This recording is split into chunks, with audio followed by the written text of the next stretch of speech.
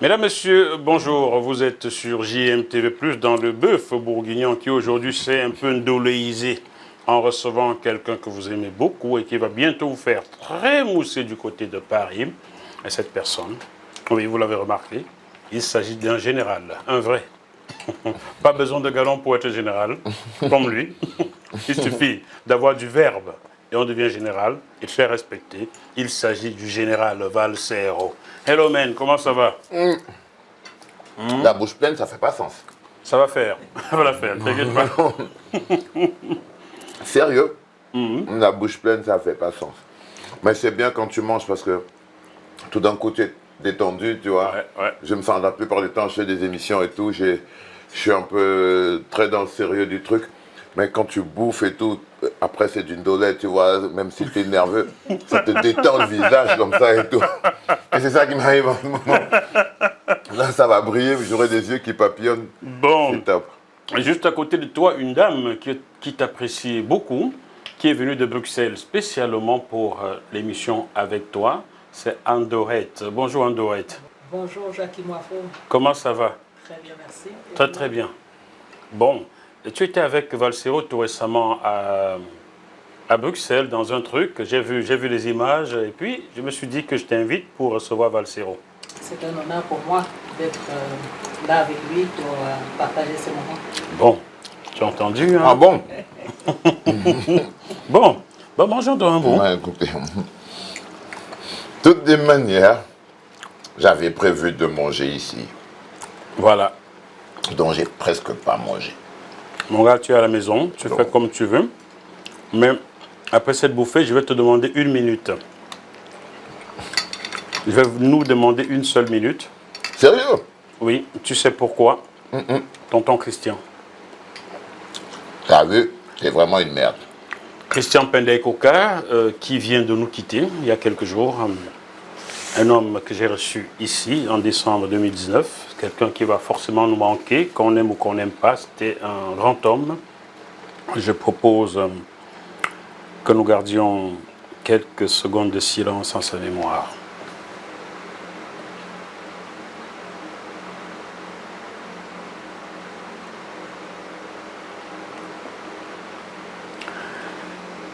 Merci à vous deux. Alors, Valsero, cette disparition, comment la vis-tu? Ben, je crois que pendant... T'es même pas gentil, quoi, parce que là, tu vois, j'étais en train de manger et tout. Et c'est dur pour moi d'avoir ce genre de conversation pendant que je mange, parce que, à la limite, le respect que j'ai pour... Parce que moi, je l'appelle tonton Christian, m'interdit ça. C'est-à-dire, ça m'interdit de parler de la douleur qui est la mienne en mangeant. Tu vois, c'est... Je sais pas comment on va faire, mais... Je suis sûr qu'il va nous comprendre car c'est quelqu'un qui nous appréciait tous les deux et bien d'autres Camerounais. J'ai parlé avec Marie-Pierre, sa fille, qui est à Montréal il y a quelques jours.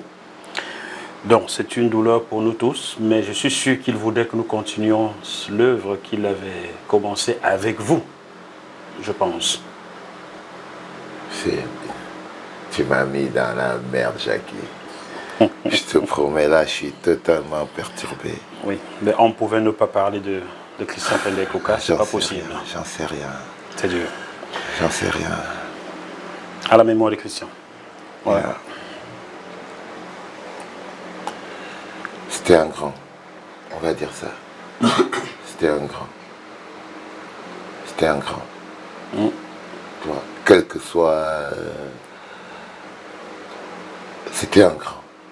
Une référence. Tu vois. Il a joué sa partition.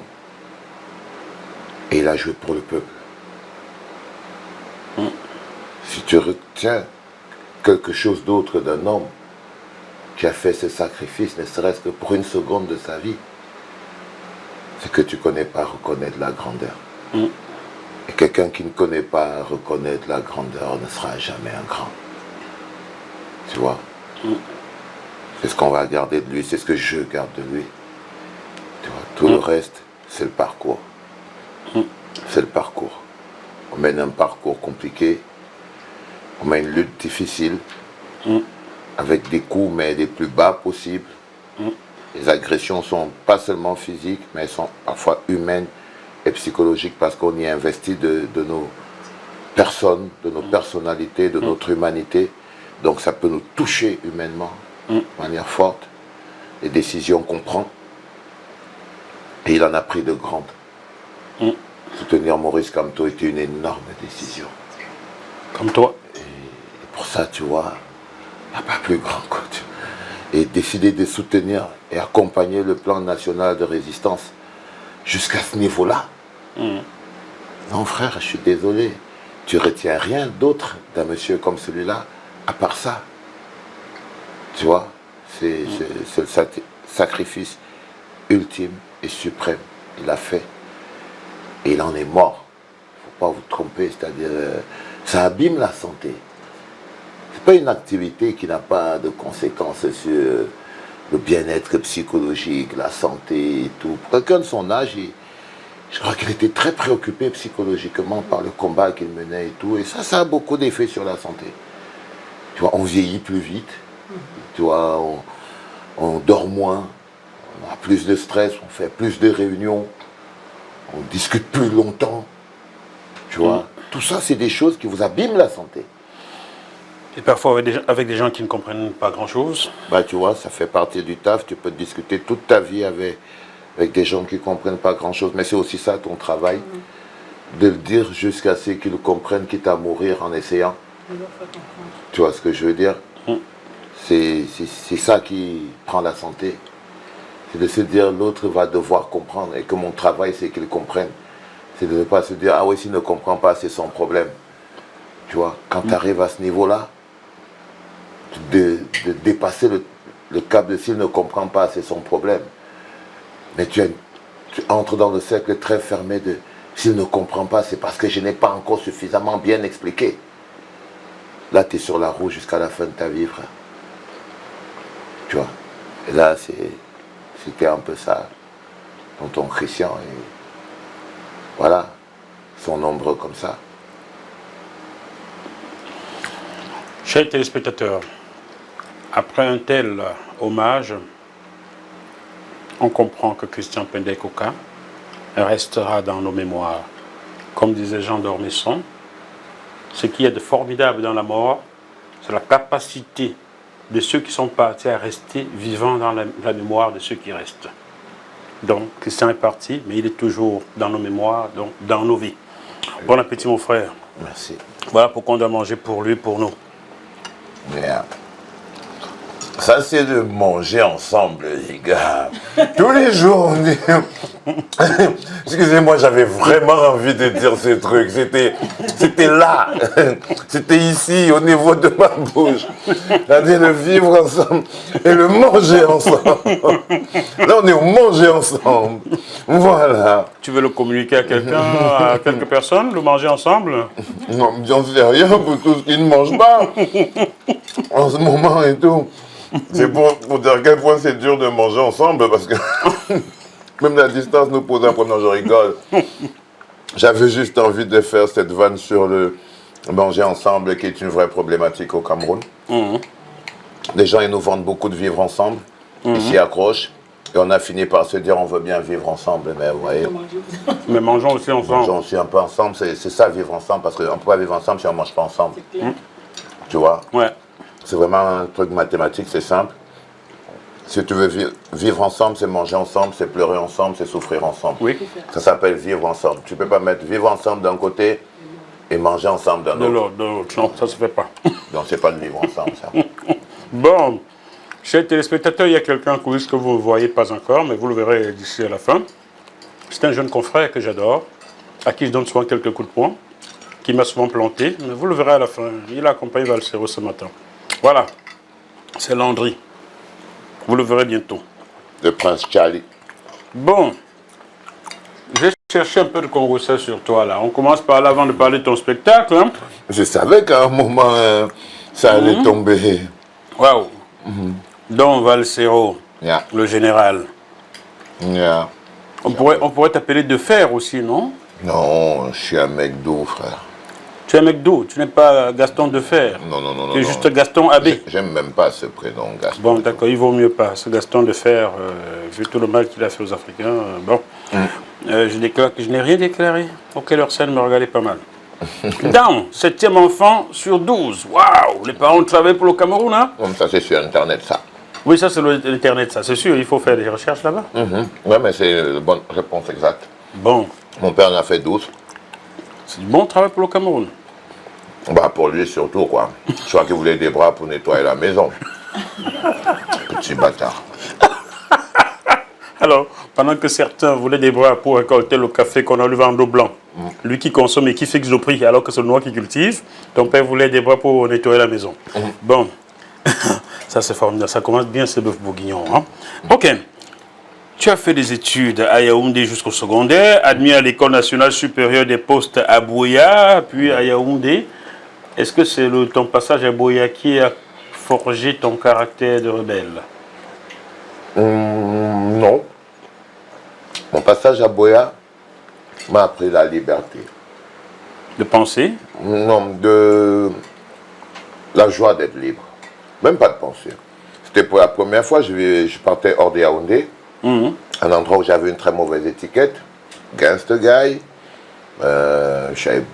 J'avais des relations très tendues avec mes parents, mais j'habitais là. Donc, j'avais pas de maison personnelle et tout. Et quand je suis parti à Bouya, c'était la première fois, j'avais ma propre maison, ma clé dans ma poche et tout. Je suis allé à l'école, je rentrais, je faisais mes courses et tout, tu vois, la première indépendance. Là, ça, c'était vraiment le plus. J'avais ma propre copine, c'était ma femme, quoi, tu vois. C'était pas les trucs, on va derrière la maison, on attend quand les parents sortent et tout. Non, elle était là, elle était installée, frère. Installée. Oui, on avait 2 maisons comme ça. Non, mais on n'avait même pas ce débat. Là, elle avait sa chambre comme ça, j'avais la mienne comme ça et tout. Et puis, et sa maison comme ça, c'était la cuisine, tu vois, là où on prépare les trucs, on stocke les plantains qui viennent de la famille et tout. Et puis chez moi, c'était un peu là où on dort et tout, patati patata, parce que ça n'avait plus de classe, tu vois. Donc, c'était vraiment je crois que c'est un moment que j'ai apprécié parce que je me suis senti bien, libre. La première indépendance. Comment elle s'est prénommée cette jeune femme? Juste son prénom. Elle s'appelle Rena Siga, elle vit quelque part ici à Paris. Elle est magnifique. Ouais, on a toujours une très magnifique relation, c'est une magnifique personne. Ben, bonjour à toi, Reine. Hein? Waouh. Une magnifique personne. Bon, ça donne envie de la connaître, ta Reine. Bon, je suis ma bouche, t'inquiète pas. Et suis, frère.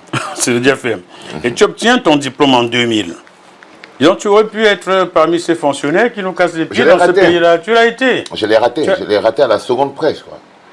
Si. Quand j'ai pris mon diplôme, bah, c'était l'année où on avait l'année limite des intégrations directes à la fonction publique. Tu vois, donc voilà, aller à l'école de poste, ça ne vous garantissait plus l'emploi. Même si la seule école qui formait, c'était encore une école de l'État, c'était une grosse aberration. Donc, bah voilà, je suis arrivé à l'année limite. Et cette année limite-là, bah voilà, on est terminé, on s'est retrouvés tous au chômage, quoi. On a envie de dire que tu l'as échappé belle, parce que tu aurais été fonctionnaire, tu serais en train de raqueter les 1000 francs, les 2000 aux gens quand ils arrivent à ton service. J'espère que non, j'aurais peut-être été un fonctionnaire modèle. Dans ce pays, il y en a, ça existe? Oui, bien sûr. Ah bon? Bien sûr. Mais je te jure, il y en a beaucoup. Je vois un droit qui fait qu'il y a des fonctionnaires modèles là-bas. Oui, il y en a. Il y en a Ah beaucoup. bon? Mais qu'est-ce que tu crois? Qu'est-ce que tu en sais en droit? Dis-nous un peu. J'en ai vu pas mal, hein. Même si on n'en compte pas des tonnes, mais il y en a. Que ce soit dans la police, même dans la police, contrairement à ce que les gens peuvent penser. Que ce soit dans divers milieux en tout cas. Moi j'en ai rencontré des personnes bien. Bon, moi je connaissais un seul policier qui dirigeait la circulation. Même là. à la douane. Même à la douane, il y a des gens bien? Oui, oui, oui. Ah bon? Ça, je peux le penser.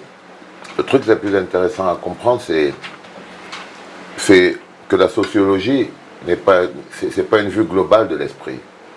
C'est-à-dire, il y a parfois des gens qui disent les Camerounais ne sont pas ceci. J'ai discuté avec une journaliste française qui m'a demandé, mais pourquoi les Camerounais ne se lèvent pas pour changer les choses? Tu vois? Elle me parlait à moi, un Camerounais, qui s'est levé, comme si elle parlait et c'est ce que vous êtes dans la diaspora. En fait, vous vous prenez pour des Camerounais à part qui avaient le pouvoir de juger les autres Camerounais, mais avec la complicité parfois même des non-Camerounais, qui vous disent que les Camerounais sont méchants, alors que vous êtes Camerounais vous-même. Vous êtes la preuve que les Camerounais ne sont pas méchants. Vous pouvez lui dire, non madame, vous venez de globaliser, je suis Camerounais. Vous voyez, et j'ai la classe. Donc je lui ai dit, non madame, je suis désolé. Moi, Valsero, je suis Camerounais. Vous ne pouvez pas me dire que je ne me suis pas levé. Il y a plus de 300 personnes qui sont en prison aujourd'hui au Cameroun parce qu'ils se sont levés pour dire non. Non, et c'est des Camerounais, c'est pas des... Donc, il ne faut pas à un moment éteindre la flamme de l'espoir qui subsiste et qui ne doit jamais disparaître dans une société pour pouvoir l'étouffer dans cet amas de médiocrité, justement, qui tous les jours essaye de faire croire, justement, qu'on est dans cet environnement-là où tout le monde est complice. Tu vois ce que je veux dire? Parce que c'est une grosse manipulation aussi de vouloir faire croire, justement, je sais pas moi, à l'opinion publique camerounaise, par exemple, que voilà, tous les Camerounais sont un peu complices de tout ce qui se passe. Du tout. Ça, c'est très facile. Les gens, ce discours, il a tendance à beaucoup exister. C'est-à-dire de vouloir faire, justement, à force d'éviter de prononcer les coupables, de mettre la main sur les coupables et tout. Il y a cette idée qui a tendance à vouloir faire croire aux gens que tous les Camerounais qui vivent au Cameroun sont pareils. C'est-à-dire que tous les Camerounais qui vivent au Cameroun sont corrompus, tous les Camerounais qui vivent au Cameroun ne valent rien, tous les Camerounais qui... Non, non, c'est totalement faux. C'est totalement faux. Moi, je connais des gens qui souffrent de vivre dans cet environnement. Ils n'ont juste pas fui. Ils ne sont juste pas partis. Ils ont juste décidé de rester là parce que soit ils ne peuvent pas, soit ils savent qu'ils ne peuvent pas faire autrement, ils doivent se battre là. Tu vois ce que je veux dire? Donc ceux-là, vous ne pouvez pas les emballer dans un gros sac. Pas du tout. Et dire, tu vois, les Camerounais, non, il y a des mecs bien au Cameroun, t'inquiète, il y a des fonctionnaires honnêtes. Malheureusement, le niveau de corruption est tel qu'on ne les voit pas. Ben voilà, c'est bien ce que je voulais dire. Le niveau de corruption est si élevé qu'on ne les voit pas. Oui, mais tout d'un coup, on doit quand même garder espoir que, heureusement qu'ils sont là, parce que s'ils n'étaient pas là, ce serait pire. Tu vois, on serait à la maquette en ce moment. Donc, on est peut-être déjà dans le fond du fond, mais je garde espoir toujours de l'existence de ces Camerounais que j'ai croisés beaucoup. Je discute avec beaucoup de frères de l'armée parce que, vous savez, la magie avec Internet, aujourd'hui, c'est que le monde clos d'où on vient n'existe plus. C'est-à-dire qu'aujourd'hui, un policier peut avoir quelque chose à dire, il va le dire à Valsero pour que Valsero le dise. Ah d'accord, il n'ose pas. Valsero, tu es artiste, auteur, compositeur, interprète, parolier camerounais engagé. En quoi? Nous avons cela en commun, nous sommes engagés. On me dit souvent que je suis engagé. Oh. Parce que nous osons dire ce que nous pensons. Nous sommes un peu subversifs. Je veux bien subversif, si on veut, mais engagé. Je trouve qu'on met un peu de tout dans ce monde. Ouais. D'accord. On y met tellement un peu de tout que moi, de plus en plus, je ne m'y reconnais pas. D'accord. Donc, artiste subversif, ça te convient bien? Mais non, je suis un homme engagé, frère. Je suis juste un artiste qui fait de l'art. Tu vois, je suis quelqu'un d'engagé. Je dis toujours que ça n'existe pas des artistes engagés. Il existe juste des hommes engagés qui font de l'art. Parce que, je vais te prendre un angle qui va te surprendre. Il y a des artistes qui changent les problèmes de la société. Il y a des gens qui m'écrivent tous les jours, disent Valsero, j'ai fait une chanson contre le système, quand tu vas écouter ça, ça va te plaire grave. Il y a des gens qui m'appellent pour dire non, je veux qu'on fasse un featuring sur une chanson que j'ai envie de faire contre le système. Pour décrier tel problème. Pour faire ceci, pour faire cela. Ok? Et ils veulent la faire avec moi. Ça, c'est les artistes engagés. C'est-à-dire, ils croient qu'il existe un art qui est un art engagé. Mais ce n'est pas des hommes engagés. Donc, ce qu'ils disent n'a rien à voir avec leur position au quotidien. Avec leur rapport avec la vie au quotidien. Avec leur rapport avec les réactions face à des situations au quotidien. Son niveau d'indignation permanente au quotidien. Donc c'est quelqu'un qui dit, apparemment Valsero, en fait, en faisant ses chansons politiques, il est devenu une star. Et il estime que ça rend les gens stars de faire ce genre de choses. Et puis il veut le faire pour être Valsero, pour être une star. Ok? Et ce qu'il dit dans ses chansons n'a rien à voir avec ce qu'il vit dans sa vie. Oui, ce qu'il fait dans sa vie, les actes qu'il pose. Les préoccupations qui sont les siennes. Comment il vit dans son univers associatif, comment il impacte sa vie hors de ses chansons. C'est-à-dire que son engagement passe dans un CD, ça va sur scène et ça repart dans le CD. Ça ne sort pas de là. Mais un homme engagé n'est pas obligé de chanter. Tu vois ce que je veux dire? Des actes. Oui, ça veut dire qu'il y a plein de gens là qui sont des engagés sociétaux. Vous allez les classer où? Parce qu'ils ne sont pas des artistes. Donc tout d'un coup, on ne sait pas si on va dire... Oui, tu vas dire quoi de Darling Evo? Ce n'est pas un chanteur. Tu vas dire quoi de Zuimanto? Ce n'est pas un chanteur. Tu vas dire quoi, que c'est un blogueur engagé? Non, c'est un homme engagé, frère. Tu vois ce que je veux dire? Un homme engagé, c'est quelqu'un qui ressent la souffrance des autres, qui l'absorbe comme une éponge, et qui ne peut se sentir bien que lorsqu'il apporte. Il ne rend service à personne. Il se rend service à lui-même. C'est-à-dire que si je ne fais pas ce que je fais, je souffre. Je n'ai pas un choix entre « Oh, je pouvais moi boire ma bière, je ne peux pas faire, je veux tomber malade. » Je ne pouvais pas vivre, avoir la vie tranquille du bonhomme qui... S'il n'y a plus de problèmes, moi, je veux souffrir. Je veux trouver une autre logique pour vivre et tout, parce que c'est comme ça que je suis. C'est-à-dire, je ne cherche pas le monde parfait. Non, non, non, non, non, non, non. Moi, je carbure pas ça, sinon je vais brûler à l'intérieur de moi. Cousin, tu vois, là-dedans, c'est du TNT, quoi, tu vois. C'est-à-dire, il faut que ça explose sur quelque chose. Donc, je ne cherche pas... Un monde parfait n'est pas fait pour toi, alors. Non, non, non, mais heureusement que ça n'existe pas. Heureusement que ça n'existe pas. Les gens comme moi, on serait... Putain, la galère, frère. La galère, on serait en train de courir dans la rue, à gueuler comme des fous et tout, parce que tu as trop d'énergie, tu ne sais pas quoi en faire et tout. Waouh. Bon, ben écoutez, ceux qui foutent le bordel, continuez, mais pas trop. Hein, pour que Valsero continue d'exister, foutez le bordel, mais pas trop non plus. Non, mais tu sais, le monde est une grosse blessure intellectuelle.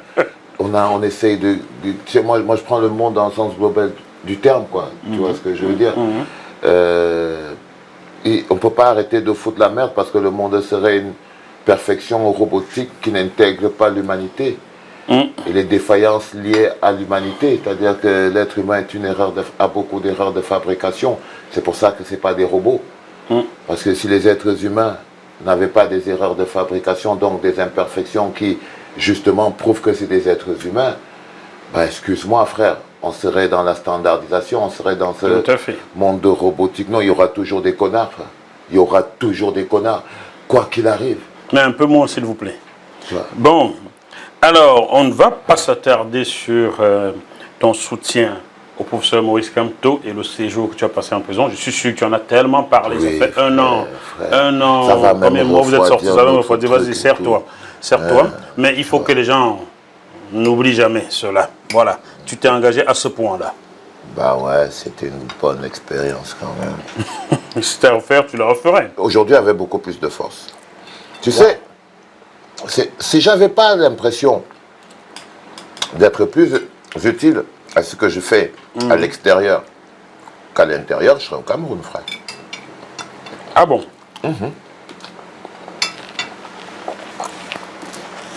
Ça n'a rien à voir avec avoir peur. Moi, je suis un soldat. Je ne suis pas un suicidaire, je veux gagner un combat. Donc, à la base, je ne joue pas sur les égos des gens. Je suis plus efficace là où je suis, en ce moment, que dans une prison au Cameroun. Si j'étais plus efficace dans une prison au Cameroun, je serais au Cameroun. Ces paroles-là, on me les a adressées il y a quelques années, il y a 2 ans environ. Quand je voulais aller au Cameroun, quelqu'un m'a dit « Tu es plus utile en tant que journaliste là où tu es qu'au Cameroun où tu risques de mourir en prison comme Bouazizi. » Je sais pas, moi. Il y a des chances que ça arrive. Tu sais, parfois, quand des gens ils viennent sur mon mur, ils disent, ouais, viens parler de tes choses là ici au Cameroun. Tu fais seulement ça là-bas en France. Viens faire ça ici au Cameroun et tout. Tu vois, c'est parce qu'ils ont perdu la lucidité. Ils sont même capables de se mettre nus dans la rue, quoi. Que t'as la chance. Tu vois. Ah, t'as la chance, mon bébé. Ah, quand tu me dis même ça, tu vois, c'est que tu manifestes ton impuissance. Tu vois. Et là, je suis content. Ça veut dire que je bosse bien. Ça veut dire que je bosse bien. Donc, je vois plein de gens qui font ça. Ils viennent m'écrire des choses comme ça. Viens me parler ça ici au Cameroun. Quand ta vieille blanche là va te chasser de la maison, tu vas te retrouver dehors et tout. Le banga que tu fumes là, c'est ça qui va te tuer, tu vois. You're talking to the general guy. Non, mais parce qu'il parle d'une comète. Tu vois, il parle d'une comète. Il parle d'un mec qui fonctionne comme une fusée. Tu vois, tout d'un coup, tu vois, c'est un peu comme des aboiements, tu vois, quand une fusée elle passe comme ça et tout. Et t'as juste les chiens qui sortent, wap et tout, mais ils peuvent pas suivre la fusée et tout. Donc qu'est-ce qu'ils font, tu vois? Parce que comment tu juges un mec comme ça si tu peux pas mettre de la frustration? Ouais. Un gars il vient, il me dit que quand ma femme, my lovely wife, l'amour de ma vie, mon frère, une nana magnifique, qui s'est mariée avec moi en prison, l'amour. Dis non? Tu savais ça, Andouette? Tu apprends là? Tu parles d'une personne avec autant de grandeur et de classe, comme tes choses que tu ramasses en Vogada derrière la maison. Madame Vogada, faut pas me dire non, ça. Tu vois, je me dis, frère, les gars, mais vous, je sais pas, pourquoi vous venez ouvrir votre bouche sur ma chose? Ah, sérieux, pourquoi vous parlez de mon truc qui est nickel, propre? Tu vois, avec toute la classe du monde, tu vois, mon histoire d'amour, c'est un putain de conte de fées. Et ils savent même pas de quoi il s'agit. Mais ils essayent aussi de me taper sur ce que j'ai de plus cher, mon honneur. Donc je les comprends. Parce que s'ils avaient des choses, qui seraient des actes que j'aurais posés, qui seraient une preuve que je ne serais pas quelqu'un de fréquentable, de correct et tout, de fiable, de correct et tout ça. Ils les utiliseraient, ils disaient, ouais, on a des photos de toi, tu étais allé faire ceci. Ouais, on a tes sextapes. Oui, il y aurait plein de trucs, tu vois. Moi, je te promets, les gens, ils parlent de moi en disant, je fume, mais demande-les combien m'ont vu fumer. Demande-les s'ils ont vu une vidéo de moi en train de fumer. Il y a des chanteurs, ils font même des vidéos, là, ils font des raps et tout. Ils fument même des clopes. Bah, demande-les si un a une vidéo de moi avec une clope au bec, quoi, tu vois. Donc on est vraiment dans l'espace. Bon, ben pour ceux qui disent cela, sachez que Serge Gainsbourg ne se gênait pas. Il fumait sur un plateau, il faisait ce qu'il voulait, mais ça ne dérangeait personne. Ce qui est terrible, c'est que je ne dis même pas que je ne suis pas fumeur, je suis fumeur. Mais I'm zero, baby. C'est-à-dire, moi, je fais un job. Et mon job n'intègre pas que je sois en train de fumer dans la rue. Tu vois ce que je veux dire? Donc, mais des gens, ils ont envie de salir autre chose. Tu vois, ils se disent, s'ils salissent ma personne, alors ils peuvent salir la pertinence de mon discours. C'est-à-dire, au lieu de salir la pertinence de mon discours, parce que ça c'est intouchable, ils décident, on va faire le raccourci. C'est vraiment le truc du bonhomme qui croit qu'il a tellement réfléchi et la seule intelligence qu'il a eue, c'est pour toucher ce mec, je vais... Tout d'un coup, ce n'est plus la pertinence de ce que je dis qui lui pose un problème. C'est moi, Valsero, en tant qu'être humain. Tu vois? Frérot, ne t'inquiète pas, j'ai connu ça au Cameroun. On a écrit que Jackie Moifo est homosexuel. Donc ne t'inquiète pas, je sais ce que c'est. T'as vu? C'est quelque chose qui est assez extraordinaire en termes d'observation. Parce que il ne faut pas s'énerver face à cette situation, parce que c'est des gens qui n'ont pas été éduqués à la grandeur. C'est une gouvernance qui humilie le mérite. Tu vois ce que je veux dire? L'une des techniques, c'est qu'il ne faut pas cultiver la grandeur, il ne faut pas cultiver les grandes personnes. Il ne faut pas que les gens aspirent à être des grandes personnes. Les gens peuvent aspirer à être des Samuel Eto'o, des joueurs de foot. Ils peuvent aspirer à être des chanteurs, des Richard Bonnat, des Valsero, des Petits Pays, des choses comme ça. Ça, c'est possible, ça, c'est permis. C'est pour ça que c'est eux, tu vois, on les voit quand il y a quelqu'un, il gagne une ceinture, tu le vois, on la voit pavaner au Cameroun, il monte, il va au ministère un peu comme Francis et tout ça. Oui, tu vois, il est, tu vois, on dit au Cameroun, aux jeunes Camerounais, vous devez aspirer à ça. Plutôt à ça. Oui, on lui donne le tapis rouge et tout, et puis tu vois une nana comme Rebecca Enonchong, on l'arrête, tu vois, elle est parmi les 50 Africaines les plus puissantes du monde. Sa seule erreur, c'est qu'elle est camerounaise. Ouais. Tu vois ce que je veux dire? Mais elle représente pas le succès, elle représente la grandeur. Il faut faire la différence. Francis Ngannou représente le succès. Le succès. Success story. Tu vois, le truc extraordinaire. Mais elle représente la grandeur. Tu vois, c'est quelque chose qu'on respecte. Quelque chose à qui on déroule le tapis rouge. Quelque chose... À qui on devrait dérouler le tapis rouge. Non, non, non, t'inquiète pas, on déroule. Ça, c'est les autres qui ont fait leur truc. T'inquiète pas. Ils ne changent pas le fait des choses et tout.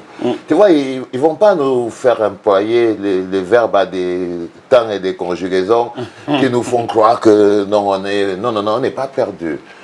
On le constate. Il faut que les gens le comprennent. Le magistrat a voulu démontrer aux gens que toi, tu n'es rien. Ton truc de Rebecca et Nongchong, là, quand tu arrives dans notre bananerie ici, là, c'est nous les patrons. C'est-à-dire que c'est quelqu'un que, même si elle avait tort, seulement pour la protection de l'image du Cameroun. Du Cameroun. Et de garder l'image. Mais on veut salir la grandeur. Elle veut montrer qu'elle est grande, on va la répéter. C'est la réflexion. Elle n'est pas seulement au Cameroun. Vous ici dans la diaspora, s'il y a une chose que vous avez en commun, c'est le mépris. Par exemple, la familiarité, le tu à toi. C'est comment mon frère, Mola, machin truc, tout ça. C'est quelque chose, moi par exemple, j'ai beaucoup de difficultés à naviguer dans l'environnement camerounais. Parce qu'il me tutoie trop. Il m'empêche de travailler. C'est-à-dire, c'est mes frères, je les adore. Mais il arrive parfois que tu te dis, frère, je ne sais pas, si tu ne respectes pas ce truc, par exemple, si tu dis, ah, ça c'est mon petit que moi, voyant en Voradala, il montait, il descendait et tout. Oh, Valsero, tu ne vas pas venir nous amener tes choses, ça ici. Les gars, ils se jugent en fonction du nombre d'années qu'il a déjà fait en Europe. Là, tu ne vas pas parler à quelqu'un qui a fait 30 ans en France. En quoi c'est mon problème, ton palmarès? Donc, tout d'un coup, les gens, ils ont ces référents. Ils ont ces référents qui font que, quand tu arrives là, il a l'impression que tu es venu apprendre à être quelque chose que lui, il est depuis 30 ans. Bon, pourtant. Donc, mais il ne se rend même pas compte que vous n'avez pas la même logique, le même projet de vie. Non, mais ce n'est même pas qu'il ne s'en rend pas compte. C'est la structure psychologique. C'est la structure psychologique. C'est-à-dire, il y a un rapport qui se passe entre la diaspora et l'Afrique. Tu vois? Les mecs ici, ils invitent les chanteurs. Donc, ils peuvent leur faire du chantage. Ils disent, oh, on t'a invité du Cameroun pour venir chanter ici en France. On te prend, on t'amène dans une salle. Les mecs, ils font leurs travaux patati patata, mais ils adorent cette fête-là. Ils viennent à cette fête. Tu fais ton playback au milieu de la salle en tournant tes rangs pendant que les gens ils sont en train de manger. Ils ne te respectent pas. Ils se lèvent, ils viennent polluer ta salle avec leur farotage. Ils viennent se faire voir, mais ils t'humilient en fait. Et ils se mettent dans cette situation de domination de toi, qu'ils ont fait venir, mais pas comme une star, mais comme quelqu'un qui est comme un verre de vin qu'ils ont aussi acheté et tout ça, sans le moindre respect. Ouais. Sans le moindre respect. Je vois ce que tu veux dire, je vois très bien ce que tu veux dire. Donc tout d'un coup, pourquoi je n'ai jamais, de toute ma vie, été à une soirée. À une soirée de jamais. Quoi que ce soit. Je suis d'accord avec toi, oui. Never, never, never. Ça va faire plus de 20 ans de carrière. Dieu seul sait que j'ai couru, frère.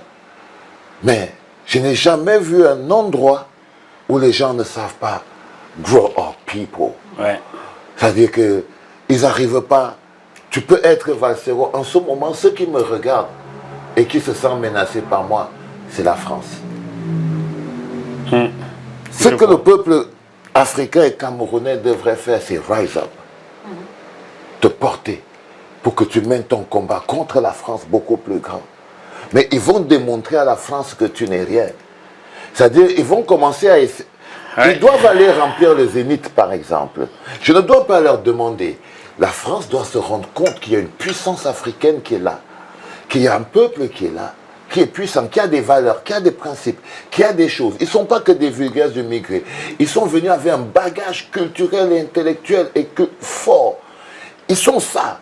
Et avec ça, ils s'attaquent à des choses grandes. Ils ne sont pas ces petites personnes qu'on a enfermées au Foufou Club, qu'on a enfermées à Tata Club, au machin truc, tout ça. La France doit découvrir qu'à un moment donné, il y a cette communauté est puissante. Parce qu'elle peut remplir le Zénith. Parce qu'elle est congolaise et elle peut remplir le Stade de France. Pourquoi ils ne donnent pas le Stade de France? Parce qu'elle peut réfléchir. Parce que quand tu prends la diaspora congolaise, on a refusé une fois à Mopao le Stade de France. Oui. Simplement parce que la France n'a pas voulu accepter la démonstration de force congolaise qui aurait eu lieu en plein Stade de France. Stade de France, en effet, je vois. Le pouvoir politique de ce genre de mobilisation, ce n'est pas pour le blou-blou qui se passe au Cameroun, mais sur comment c'est qu'on est considéré en France. Comment c'est qu'on veut que les Français nous regardent en tant qu'êtres humains, en tant que communauté. Tu vois ce que je veux dire? Je vois très très bien. Donc, parfois je me dis, moi je ne fais pas des trucs pour du fric, frère. Tu vois, par exemple, j'ai dit au mec, vous voyez, là j'essaye de faire cette date au Zénith. Je vais regarder le Zénith, c'est 7000 places. 7000. Alors je vais regarder, je vais voir si à la fin du mois, par exemple 30, le Zénith il n'est pas full, je l'annule cette date. Simplement parce que je ne fonctionne pas comme ça. Moi je ne suis pas venu sur terre pour divertir les gens. Moi je suis à la bagarre, frère. Cette arme n'est prête que s'il y a 7000 personnes dedans. Et ce n'est pas une histoire de jeu. Tu vois ce que je veux dire? C'est-à-dire que si je veux que l'audimat français, le peuple français, le gouvernement français respecte la communauté camerounaise, il faut qu'elle comprenne qu'on a une capacité de mobilisation et de soutenir nos propres idées plus fortes que ce qu'on est en train de faire dans les quartiers. Et c'est ça mon objectif. Tu vois ce que je veux dire? Je vois très bien. Donc, à un moment donné, les gens ils vont vous amener des histoires de sardina, tontina, machin, truc, patati, patata. Moi, je n'ai pas un problème même avec ça, mais ce n'est pas ça mon combat. Tu vois ce que je veux dire? Je vois très mais bien. ce n'est pas ça mon combat. Celui qui comprend là où c'est grand et vient. Si tu ne comprends pas là, tu vas attendre à la prochaine mobilisation, tu y seras peut-être. Ton combat est au-delà du Cameroun. C'est ce que j'ai compris. Donc, il faut que les gens le comprennent. On est en France. On ne mène pas les guerres de Cameroun en France. C'est-à-dire, on mène des combats beaucoup plus intéressants que ça. Et remplir le Zénith est plus intéressant que aller marcher place de la République, frère. Je suis d'accord avec toi.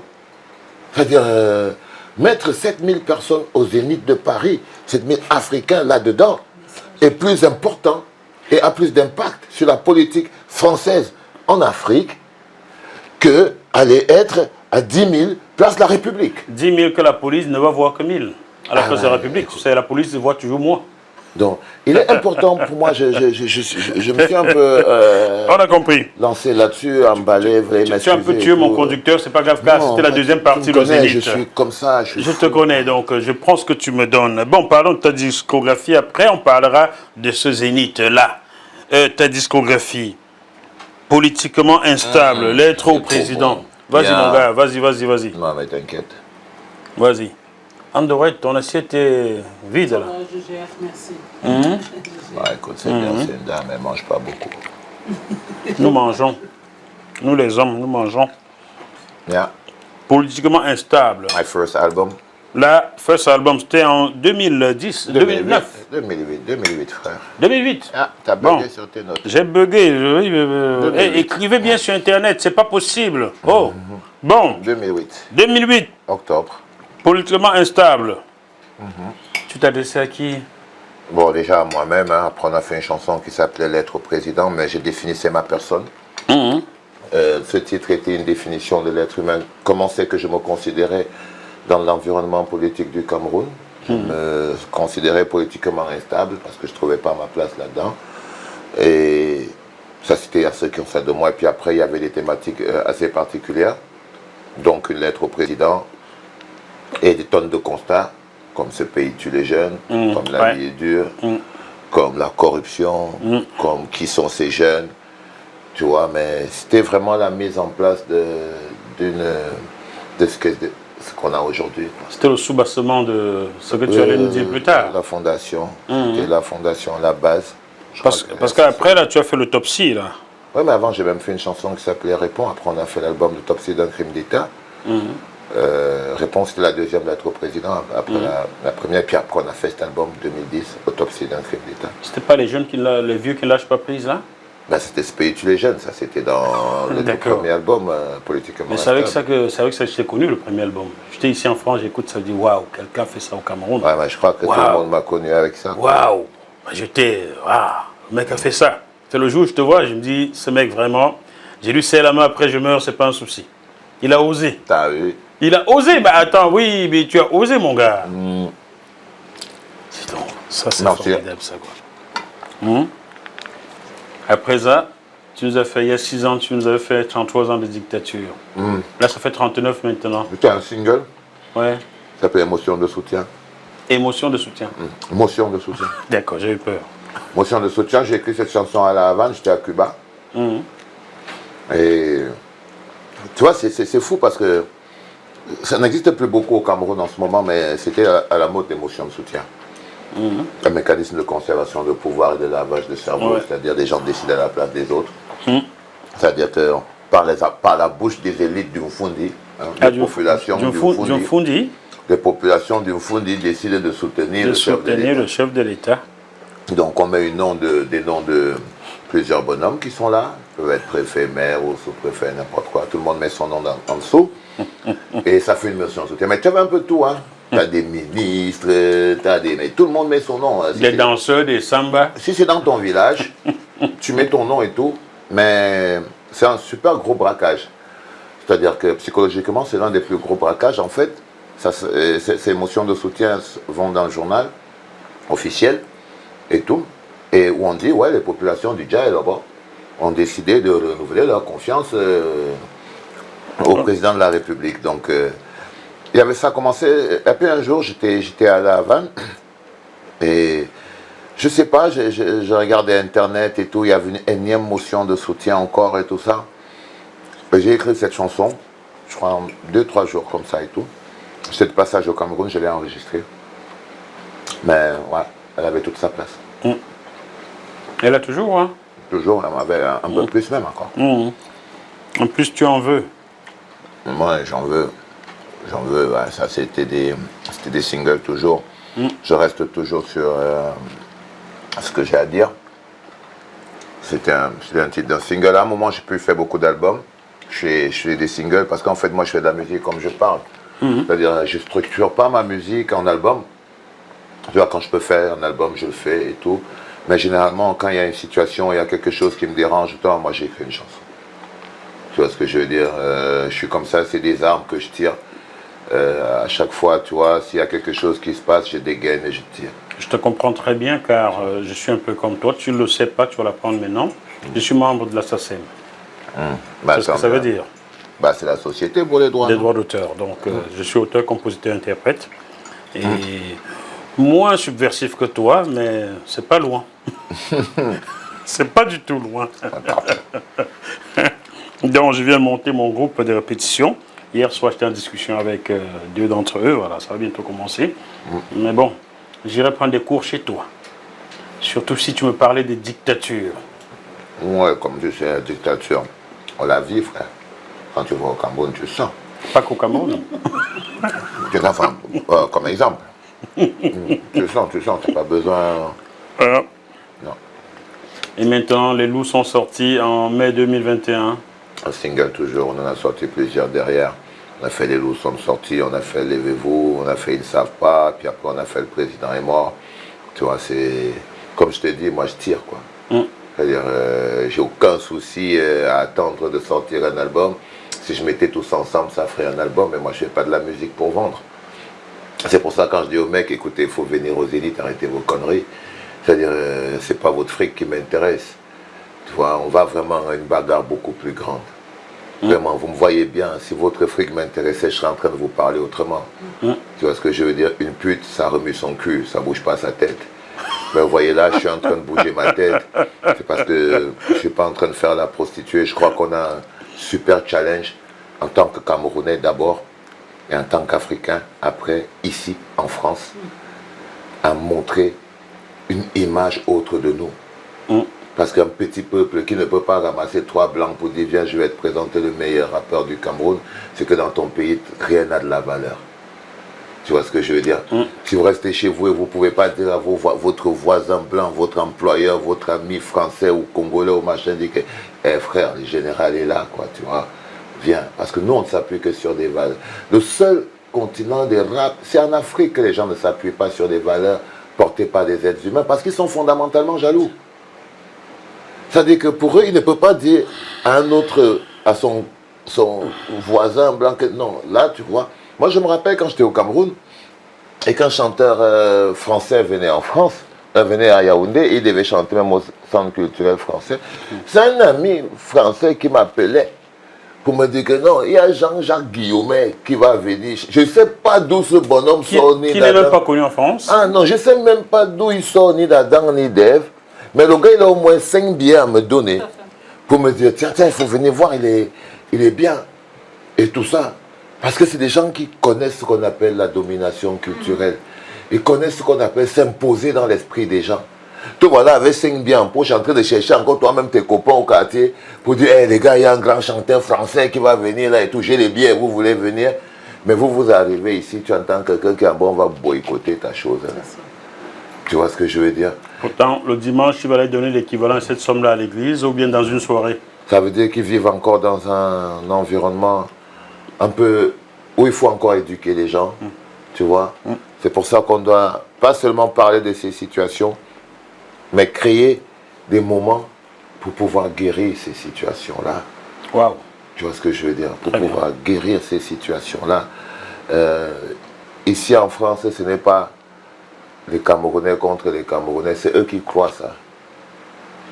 Ici en France, ce n'est pas Tontina contre Sardina, c'est les petits rats là qui croient ça. Ici en France, c'est Français contre Africains. C'est-à-dire qu'il n'y a pas tout ce que vous vous racontez entre vous-même, entre vous sur les réseaux sociaux là. C'est ce que les autres, eux, ils prennent pour maintenant vous écraser avec au dernier combat. Ça veut dire qu'il faut faire attention à ce que vous balancez sur les réseaux sociaux. C'est même avec ça qu'on leur fait le chantage. On retire le permis de séjour ici, on donne encore ici, on interdit Facebook ici, on redonne autorisation ici. Vous n'êtes que des pions. C'est pour ça que j'ai dit, après la fermeture de mon Facebook signalé par qui tu sais, j'ai dit je n'en ouvre plus. Donc tu vois, je ne veux plus Facebook, Facebook ne m'apporte rien. Même les grandes sœurs, les grands frères qui s'ennuient ici en France, par exemple, qui se bagarrent entre Sardinard et Tontinard et tout. Ça c'est parce qu'ils veulent exister entre eux. C'est-à-dire que, parce que vivre en France, c'est pas facile. C'est un endroit où humainement le français ne te considère pas comme un être humain. Pas du tout. Et il ne considère même pas que tu as une place dans la structure de sa société. Tout d'un coup, ta bouche ne parle jamais les problèmes de France à part au pain. Tu n'as pas une existence intellectuelle réelle. Donc tout d'un coup, la seule chose qui te donne encore un peu d'existence, c'est les problèmes du Cameroun. Oui, les réseaux sociaux. Tu vois ce que je veux dire? C'est les réseaux sociaux. Donc les gens prennent des équipes, juste comme on choisit une équipe comme ça, là, mais pour survivre qu'en France. C'est tout, c'est pour ça que je ne les condamne pas.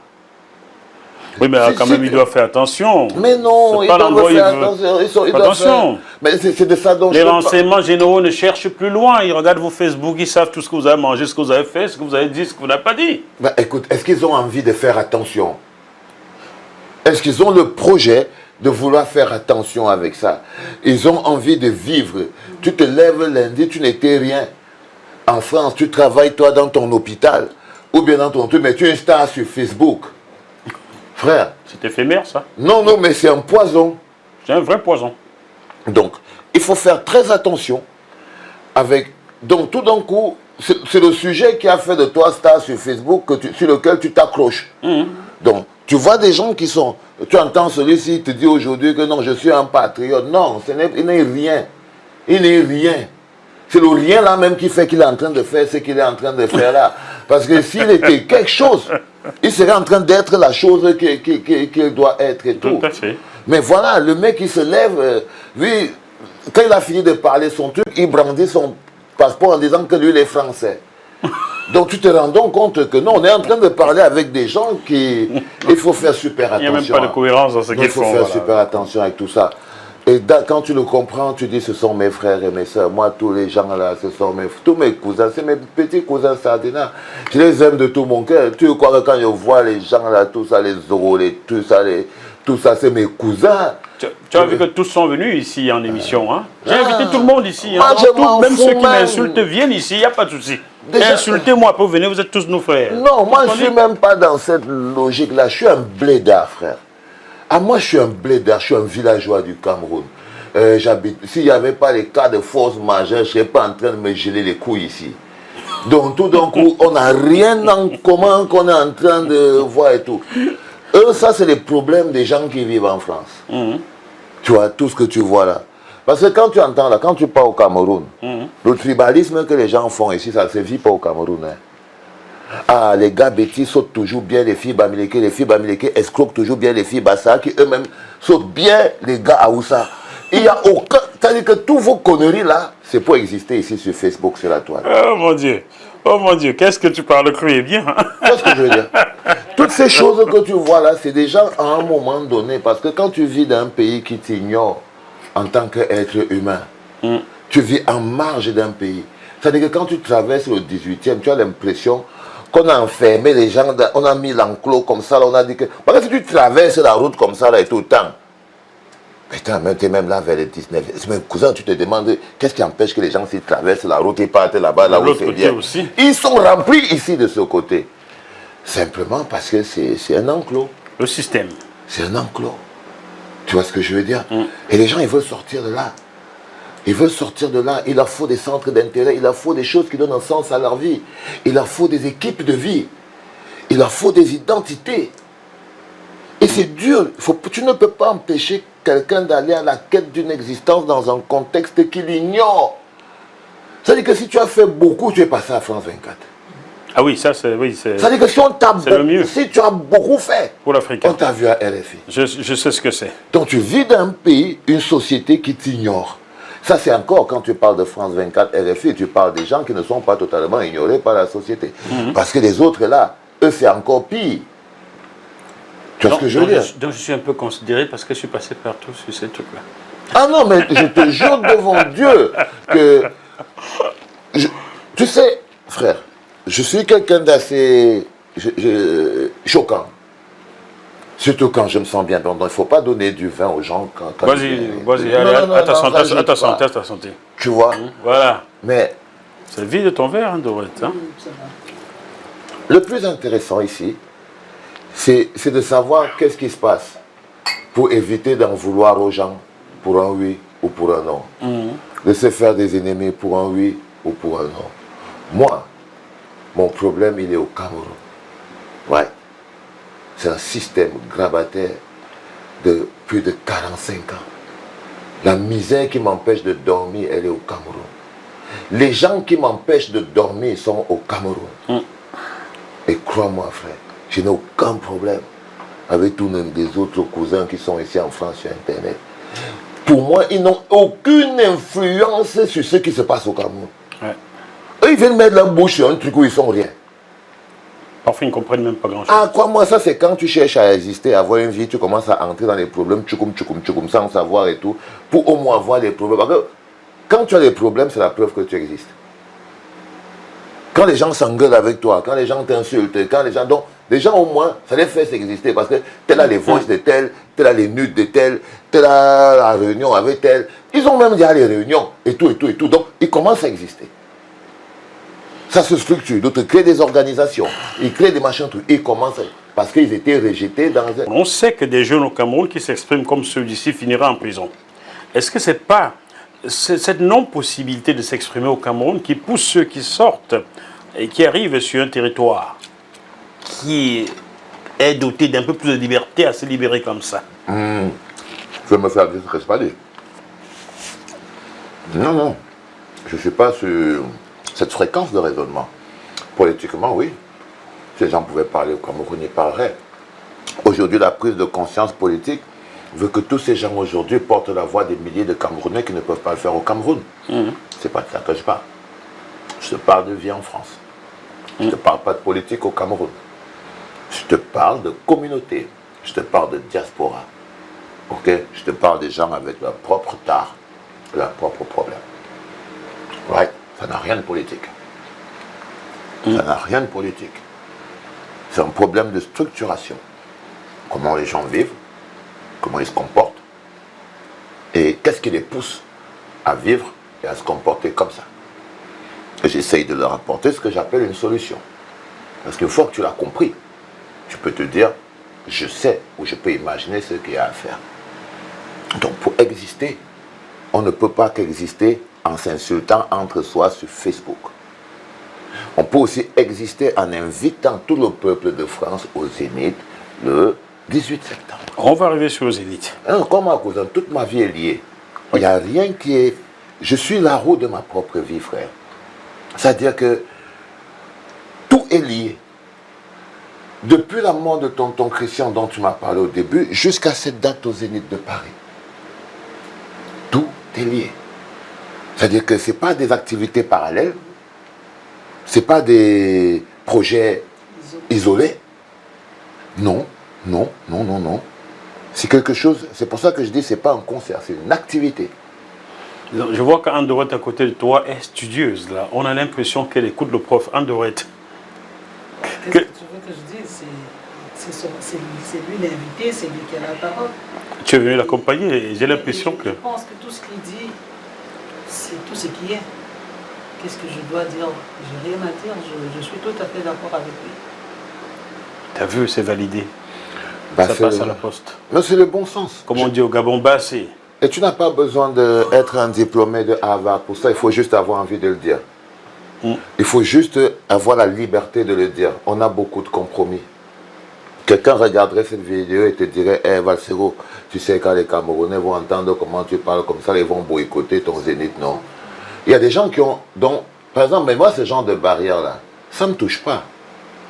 Parce que l'amour que j'ai pour ces gens veut que je ne peux pas les supplier à être grands. Je dois les fouetter pour ça. C'est-à-dire que je ne suis pas là pour les supplier à être grands. Mon travail, c'est de les tirer de force, quitte à gueuler. Tu vois ce que je veux dire? C'est pour ça que quand je te dis, je parle de diaspora. Je ne te parle pas de politique ou de ce qui se passerait au Cameroun. C'est notre bagage qui fait que le contenu de ce qu'on donne, toi, à la télé, comme émission, moi, comme artiste, c'est notre contenu qui fait que c'est ça qu'on donne. Mais la conquête de l'espace dans lequel on vit ne nous interdit pas d'utiliser. Notre contenu peut être l'élément qu'on utilise pour aller à la conquête de l'espace dans lequel on vit. Même nos propres problèmes peuvent être le contenu nécessaire qu'on utilise pour aller à la conquête ensemble. Tu vois? Parce que de l'espace dans lequel on vit. C'est tellement ridicule quand tu vis dans un pays comme la France et tu arrives devant, par exemple, un policier et tu vois qu'un Camerounais est venu porter plainte à un autre Camerounais. Le gars peut mourir de rire. C'est là où le gars, il sait qu'il vous a baisé.